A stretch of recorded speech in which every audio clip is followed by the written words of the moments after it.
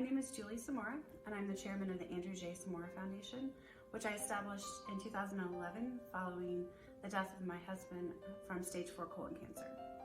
He was diagnosed at age 37 and passed away 15 months later, leaving behind myself and his 9-year-old son Ben and his 6-year-old son Cooper. At the time, we wanted to do something to remember Andrew. I wanted people to keep saying his name. And frankly, he passed away in October, which, as you all know, is Breast Cancer Awareness Month, and everything was very pink. And the boys had a huge problem with it. They knew March was Colon Cancer Awareness Month, and they didn't feel like everything turned blue in March the way everything turned pink in October. And Andrew and I always told the boys, if you have a problem with something or you see something you want to change, you can't really complain about it unless you're willing to do the work. And so I took that as my inspiration to start a foundation in his name that would help other people who were diagnosed with colon cancer. At the time of his diagnosis, both Andrew and I were working as attorneys in the Kansas City area. We had good health insurance, we had amazing employers who were super flexible with our schedules. And all we kept saying to each other for that whole 15 months was, can you even imagine trying to do this and be worried about money and how we would pay the bills? And I truly felt that was what I wanted to do in his memory. I wanted to have a direct impact on people during, quite frankly, the most painful time of their life. So we set up the foundation. All the money stays in Kansas City. We work directly with social workers at all the oncology units in the metro area.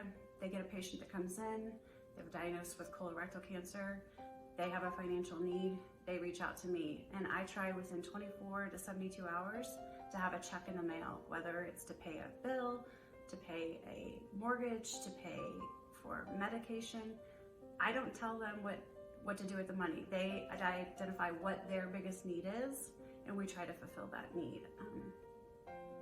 Just seeing that direct impact that we can have on people in the community has been incredibly rewarding, and we couldn't do it without the help of all the people who support organizations, especially like Get Your Rear in Gear Kansas City. We have been the beneficiary of 2 separate grants totaling almost $20,000 in our almost 10 years of existence.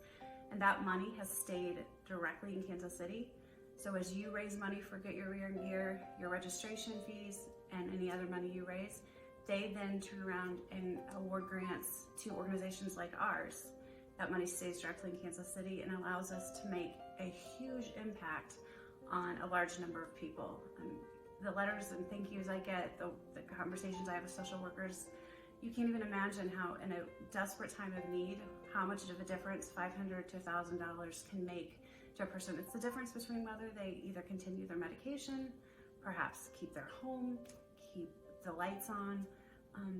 So what you do makes a huge difference. What Get Your Rear in Gear does makes a difference. And we are completely appreciative of all the support they've had for our organization over the years. Andrew had the pleasure of participating in the very first Kansas City Get Your Rear in Gear in 2011. We had a team of over 200 people, friends and family. It was an amazing event and probably one of the most impactful days of my life to see the people that we loved rally around us. And I'm so fortunate that Get Your Rear in Gear has continued every year to allow other families to continue to come out and support people that they love in a meaningful and visual way. When you see all those people amassed to support you, it means a lot. So thank you to Get Your Rear in Gear Kansas City.